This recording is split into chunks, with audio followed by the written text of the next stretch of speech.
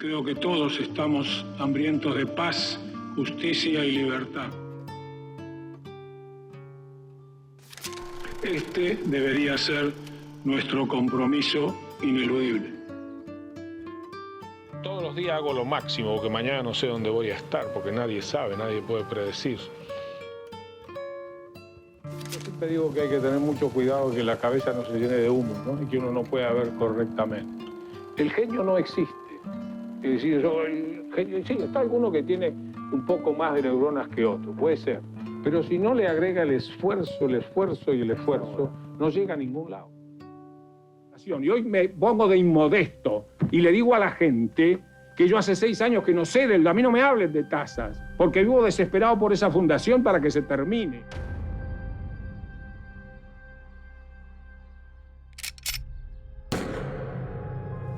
Se ha ido un grande de la Argentina.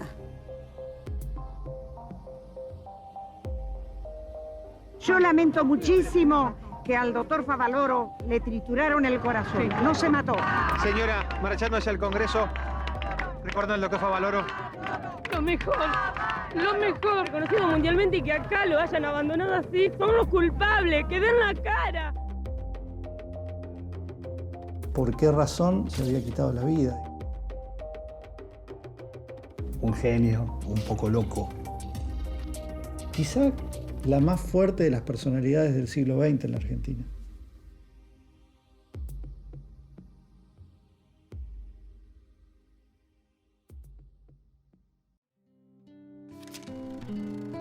La historia de René Favaloro comienza acá, en la calle 5, entre 69 y 70. Hace 100 años había algunas pocas casas. Muchos de sus pobladores eran empleados de los frigoríficos que como parte de su paga recibían mondongo, lo que rápidamente le dio el nombre de El Barrio del Mondongo. Yo agradezco que el destino me haya hecho nacer en un hogar muy humilde. Bueno, Favaloro viene de una familia de inmigrantes italianos. Mi padre era un gran ebanista que hacía ¿De La cosas Plata? Claro, cosas muy lindas. Y esto es un paciente que yo operé, pasa un tiempo y me dice, yo tengo algo que le pertenece a usted y no a mí.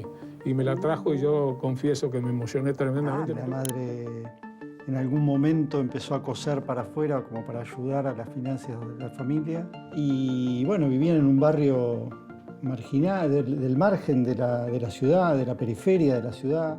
¿El barrio del Mondongo es usted? Sí, claro. De La Plata, ¿no? Claro, me enorgullezco. ¿Y va cada tanto, no? ¿Va Sí, seguido? claro, tengo ¿Y toda de la gimnasia? familia. ¿Cómo anda gimnasia? Sí, regular. Anda flojo, ¿no? Regular. Hincha de Gimnasia y Esgrima de La Plata. Me volvía loco y llamándome de teléfono acá para ver cómo había salido. Yo le mentía que ganaba, porque no ganaba nunca. Una de las suertes más tremendas que tuve en mi vida fue ser educado en el Colegio Nacional. El paso por el Colegio Nacional de Favaloro fue, digamos, una gran puerta en donde Favaloro descubre una cantidad de cosas que no estaban en el barrio o en el mundo, en el micromundo en el que él vivía. Le dieron una perspectiva a Favaloro que él no tenía, no había podido armar en el barrio, digamos, ¿no? Nuestros profesores eran los mejores profesores universitarios. Nos dijeron por sobre todas las cosas que ser honesto era importante, que ser responsable era importante, que dedicar con esfuerzo todos los días a la tarea específica de cada uno era importante. Y así nos formaron el alma, nos llenaron de ideales y de utopías. Era muy fuerte la cuestión del reformismo en la Universidad de La Plata. La reforma universitaria del año 18 estaba como en pleno auge. Y hay que pensar también que ese mundo o esa militancia política estaba disociada de lo que eran los partidos políticos. No había participación directa. Todo el mundo sabe que yo no estoy afiliado a ningún partido político. Siempre he mantenido esa independencia. No sé si es positivo o negativo. Y en ese sentido Favaloro fue un joven que participó muy activamente en todo lo que eran movilizaciones, manifestaciones callejeras, asambleas.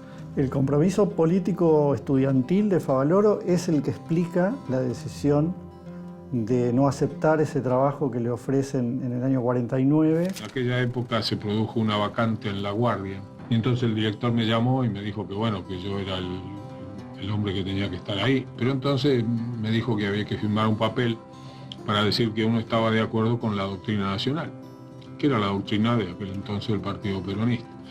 Yo le dije que me diera 24 horas y después volví al otro día y le dije, mire doctor, usted sabe bien, yo no estoy afiliado a ningún lado, no estoy a favor ni en contra, pero siempre he creído en ciertos principios que son fundamentales. Es decir, si yo dicen que merezco el puesto porque he trabajado, porque he hecho esfuerzo, porque he atendido a la gente, me parece que esto no hace falta, no es una cosa. Entonces no acepté.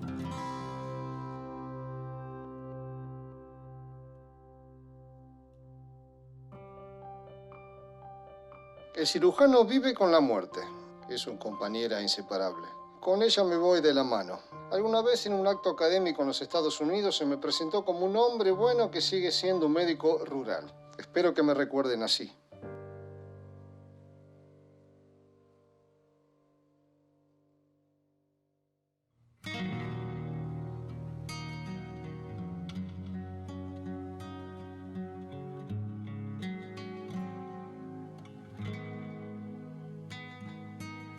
Argentino, soy un convencido que la verdadera Argentina está en el interior, porque ahí están todos los problemas. Siempre decía Favaloro que le gustaría que lo recordaran como médico rural y que esos años en Jacinto Arauz fueron los años más felices de su vida.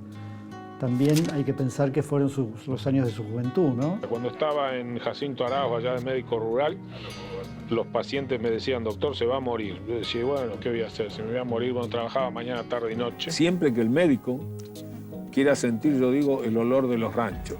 El olor de los ranchos es la mezcla de la roña y del humo. Yo lo llevo todavía en mi alma. Entonces tiene que acostumbrarse que se tiene que meter ahí y hacer esa medicina primaria, que insisto, no es tan difícil. No se necesitan antropólogos, nada. Se necesita meterse ahí y utilizar las cosas de cada lugar para que la gente aprenda Estando a cuidar salud. en La Pampa, venía a La Plata o iba a Buenos Aires a especializarse, a estar cerca de las novedades de la ciencia y de la medicina. Y bueno, estaba viendo, él llegó a vislumbrar que el tema de la cirugía cardíaca, que hasta ese momento no se hacía, década del 50, era casi como una cosa de ciencia ficción.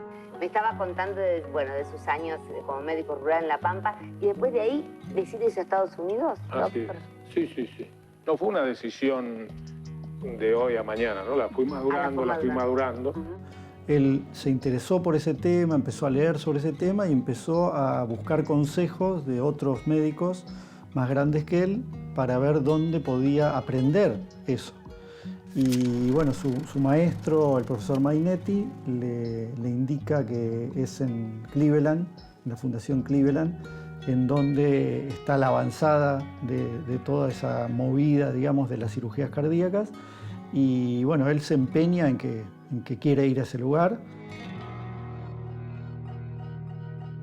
En 1962, Favaloro estableció su residencia en Cleveland, donde se unió al equipo de cirugía en colaboración con médicos locales. Fui por 2 o 3 años. Cuando terminé los 3 años de entrenamiento, sí, me quedé hasta el año 71. Pero siempre volviendo, jamás me hice ciudadano americano, tendría que haberme hecho. Al principio no le fue tan bien, le fue difícil, no conocía bien el idioma, pero con mucho sacrificio, con mucho empeño, creo yo también con mucha humildad, se fue haciendo un círculo de amigos, de gente que lo quería, y se puso a estudiar. Y bueno, y se dio cuenta de que había una forma para hacer esa operación que se estaba experimentando en ese momento, que podía ser efectiva, y bueno, eso fue su gran descubrimiento, si se quiere. René Favaloro, como buen siciliano, me decía siempre que yo era de la familia. Nunca tuve dudas, pero sabía que en adelante solo pertenecería a su familia afectiva. Es como si hubiera sido mi hermano mayor. Y habíamos estado en la Cleveland Clinic donde él estaba, yo también había estado en la, yo no sabía, pero él estaba en cirugía y yo estaba en la parte de todos los pacientes cardíacos. Bypass quiere decir puente, es decir, tengo una arteria, un conducto que está tapado por acá. Si le pongo otro conducto y lo conecto a la parte distal, ahora la sangre va por ese puente y soluciona el problema. Si podíamos operar en los primeros momentos del infarto agudo, ese músculo cardíaco que estaba ahí atontado todavía, se podía rehabilitar. Favaloro hace el primer bypass en una paciente de 57 años, una mujer, y hace el primer bypass y le hacen el estudio a los 8 días, 9 días y estaba perfecto. Entonces eso da nacimiento a todo lo que va a ser de los bypass que tanto se habla. No es un descubrimiento porque ya se estaba haciendo de manera de urgencia, pero no había alguien que hubiera pautado cuáles eran los pasos que había que dar, y eso es la contribución de Favaloro, la gran contribución de Favaloro es esa, y cambió drásticamente el resultado de esas operaciones, pasando de un 15% de posibilidad de sobrevida a un 85%. Nosotros acá tenemos, abajo del esternón, hay dos arterias que son importantísimas, son las arterias mamarias, porque se pensó que llevaban algo de irrigación al seno, pero no es así. Hay dos arterias que yo siempre digo, Dios las había puesto por algo, porque hoy son las que más se usan en estos bypass. Tuvimos el Congreso Mundial de Cardiología en Londres, no en Inglaterra. Y cuando fuimos allá, como Favaloro ya había hecho el primer paciente que causó una bomba en todo el mundo, cuando mostró con la enferma que él había hecho, que le había hecho el bypass y que a la semana estaba todo perfecto, eso hizo que vengan de todos lados a la Cleveland Clinic. Una vez más el destino ha puesto sobre mis hombros una tarea difícil. Voy a dedicar el último tercio de mi vida a levantar un departamento de cirugía torácica y cardiovascular en Buenos Aires. El dinero no es la razón de mi partida. A los 47 años, lo lógico e irrealista sería permanecer en la Cleveland Clinic. Yo sé que estoy emprendiendo un camino dificultoso. Si yo no aceptara liderar ese departamento en Buenos Aires, mi conciencia me diría constantemente: elegiste el camino fácil.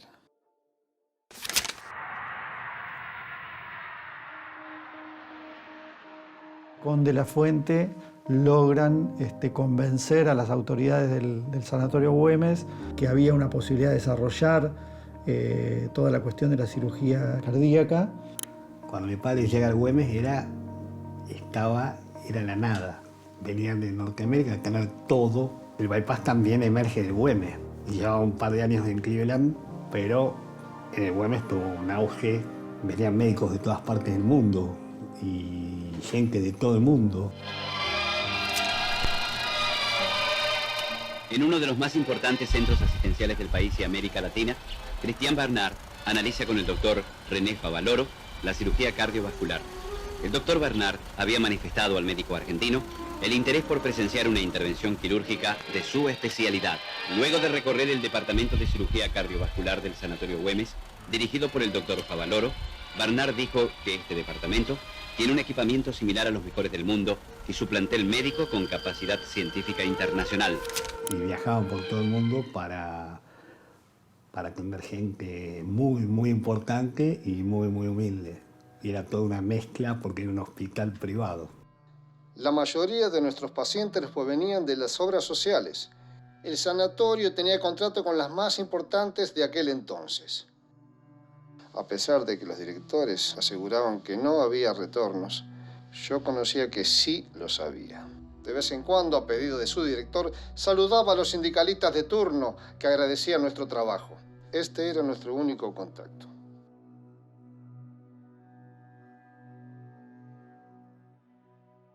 Él regresa en el 71 y la fundación se establece como tal en el 75. Ahora, el desarrollo de los espacios y la construcción del instituto y demás edificios y el equipamiento y demás, sí le lleva casi hasta principios de la década del 90.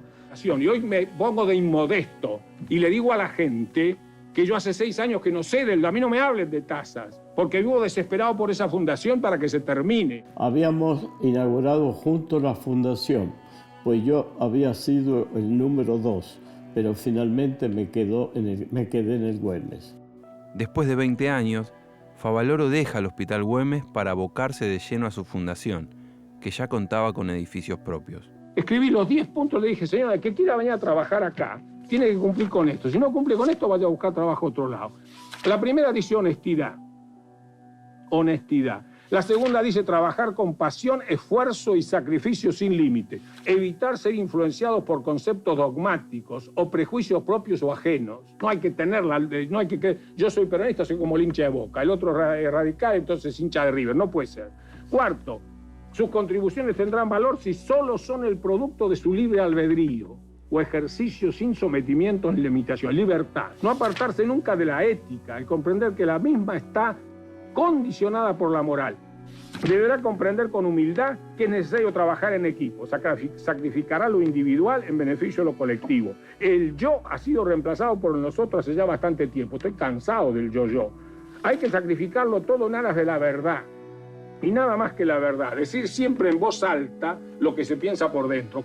El objetivo básico de nuestra tarea y por ende el único que gozará de privilegios será el paciente. Y el último solamente llegará a gozar de lo realizado cuando su alma sienta, en los silencios necesarios para la reflexión, que el único premio verdadero es el que proviene del placer espiritual, limpio y sereno del deber cumplido. Yo creo que él sabía, era plenamente consciente que para poder desarrollar ese proyecto que él tenía en la Argentina, iba a tener que pelear con una cantidad de intereses creados, pero también creo que él sobreestimó el peso de su figura, como que él iba a poder con todos esos obstáculos, y le iba a poder convencer de que había otra forma de organizar la salud. Tenemos unas 300 obras sociales. No hay ningún país en el mundo que tenga eso. No hay un solo país en el mundo que haya 300 obras sociales con la burocracia de cada uno de ellos y con la corrupción que hay en el sistema.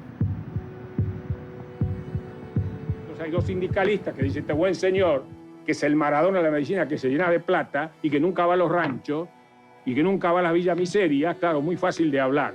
La Fundación Favaloro se transformó rápidamente en una referencia de excelencia, donde ricos, famosos y poderosos compartían sala de espera con los más humildes. Así que cuando se dice que yo soy el médico de los ricos, nunca lo fui. Siempre he operado a todos por igual. Cuando yo voy a la sala de cirugía, yo no sé qué paciente es. Claro, para mí son todos José Pérez. Y nosotros, tanto él como yo, siempre decíamos que a la gente pobre no se le cobra. Nunca le hemos cobrado a alguien que le signifique algo. Lo único que nos interesaba era la medicina y vivimos para la medicina. Nos hemos negado sistemáticamente a quebrar los lineamientos éticos. Como consecuencia, jamás dimos un solo peso de retorno. Así, obras sociales de envergadura no mandaron ni mandan a sus pacientes al instituto.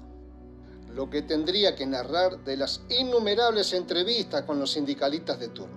Mangas de corruptos que viven a costa de los obreros y coimean fundamentalmente con el dinero de las obras sociales que corresponde a la atención médica. Lo mismo ocurre con el PAMI. Esto lo pueden certificar los médicos de mi país, que para sobrevivir deben aceptar participar del sistema implementado a lo largo y ancho de todo el país. Al hacerme de cargo de la gerencia económica financiera, lo primero es, vamos a los números. Lo que me encontré es algo simple de decir, una tremenda organización con un problema financiero y un problema económico. Es decir, los fondos que salían eran menos de los que entraban. Y parte de los que entraban estaban atados a un subsidio que le daba la nación argentina para llevar adelante actividades de docencia e investigación, algo que el propio René lo mostraba como un logro a su trayectoria. pero todo eso no alcanzaba a cubrir los egresos que tenía estructuralmente la fundación. La zona crítica de la fundación empieza en el año 98, todavía con el gobierno de Menem, al cual Favaloro había denunciado al administrador del PAMI, Víctor Alderete, por haberle pedido coima con nombre y apellido en los medios de comunicación. Y es la obra social más grande del país. Se robaron las cajas, se robaron en PAMI. Esa plata no es de ella ni de ustedes, de los jubilados. Sin embargo, desde su creación, tuvo 14 intervenciones y las irregularidades se siguen dando día a día. Desaparecidos CPU de las oficinas. Me voy a ahorcar acá en Plaza de Mayo. Había jubilados que luchaban por sus derechos y salían a la calle. Había empleados que ya estaban cansados de la corruptela que había dentro. Parte de esto era porque no se pagaba a los prestadores, porque había negociados con los prestadores. Creo que hoy sigue también, Decreto de intervención que declara al PAMI en emergencia social y sanitaria. Se hará cargo del instituto un triunvirato integrado por la radical Cecilia Felgueras, el justicialista Horacio Rodríguez Larreta y el médico prepacista Ángel Tonieto. Cuando cambia el gobierno, Gana de la Rúa nombra a un trío a cargo del PAMI. Pone a representantes de 3 fuerzas políticas distintas como una señal de decir, bueno, acá realmente vamos a sanear y nos vamos a controlar entre las fuerzas políticas para que esto no siga profundizándose la cuestión de la corrupción en el PAMI. Yo creo que iban menos de 2 meses y sale eyectado de ese triunvirato el señor Tonieto, que era el marido de Graciela Fernández Mejide, acusado de beneficiar a una clínica con la cual estaba vinculado.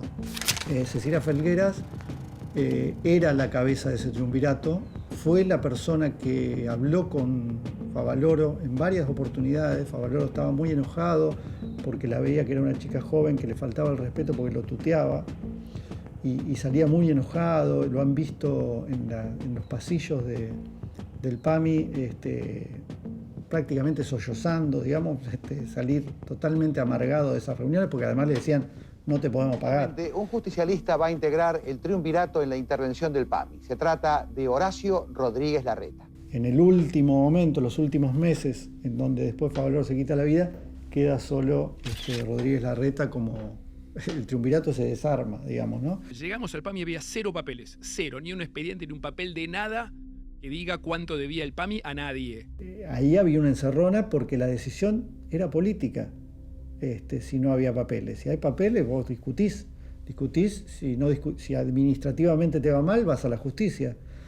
Ahora, si no tenés los papeles para discutir una deuda, la única forma de resolverla es la política. Había una convocatoria del PAMI para ver las acreencias, y en esas acreencias es que se tenía esperanza que se podrían resolver los problemas financieros en corto plazo. El PAMI tiene una vieja deuda con nosotros de 1.900.000 pesos. Lo hubiéramos cobrado en 48 horas si hubiéramos aceptado los retornos que se nos pedían. Cosas que debieran haber costado 100 costaban 200 y por supuesto que eso era el retorno. Era para el retorno en sus diferentes estadios, porque también había una cadena de retorno.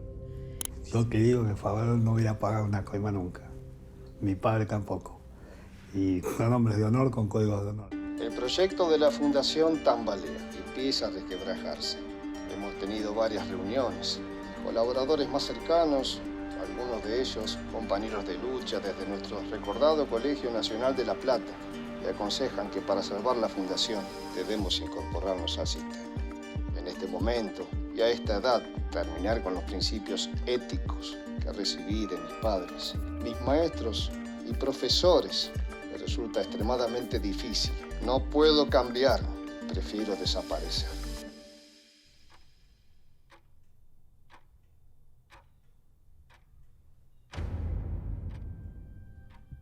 Al día siguiente, Favaloro llegó temprano a la fundación en su Peugeot 505.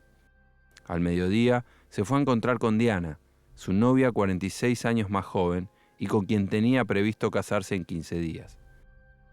Luego del almuerzo, Diana se retiró y esa fue la última vez que lo vio con vida.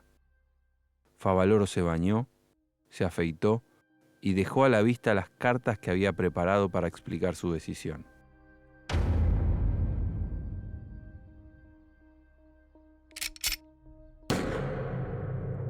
Se ha ido un grande de la Argentina. Primero nadie lo podía creer. No lo quería creer.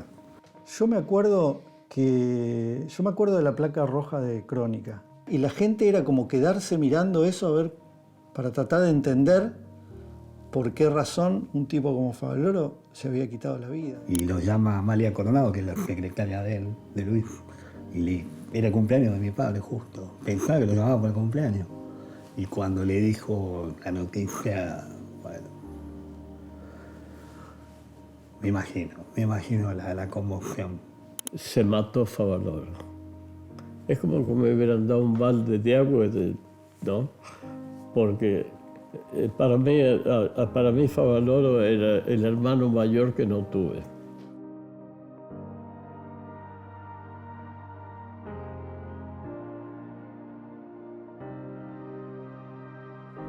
Pero ha sido un hombre más bueno imposible. Recuerdo que dijimos, bueno, ¿cuál es el legado? Y él dijo, mi legado es que soy una persona buena. No me dijo buena persona, me dijo, soy una persona buena. Y dijo, soy humano y soy bueno. Y en esa simplicidad creo que se resume, ¿no? El soñador y el hacedor. Porque es una historia de sobreponerse, porque él llegó a Estados Unidos a una edad tardía, se comió a empezar desde otro lugar y volvió con un sueño. Entonces el sueño después lo concretó.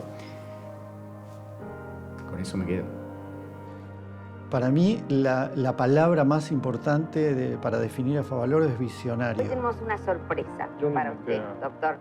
Como es el Día del Médico, vamos a presentar a un grupo de hombres y mujeres que, sabiendo que venía usted, quisieron saludarlo. Él no sabe absolutamente nada, lo teníamos acá preso en el estudio.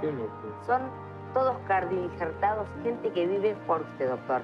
El señor Juan Aguilar, cardioinjertado en 1994. El señor Isidoro Álvarez, en el 96.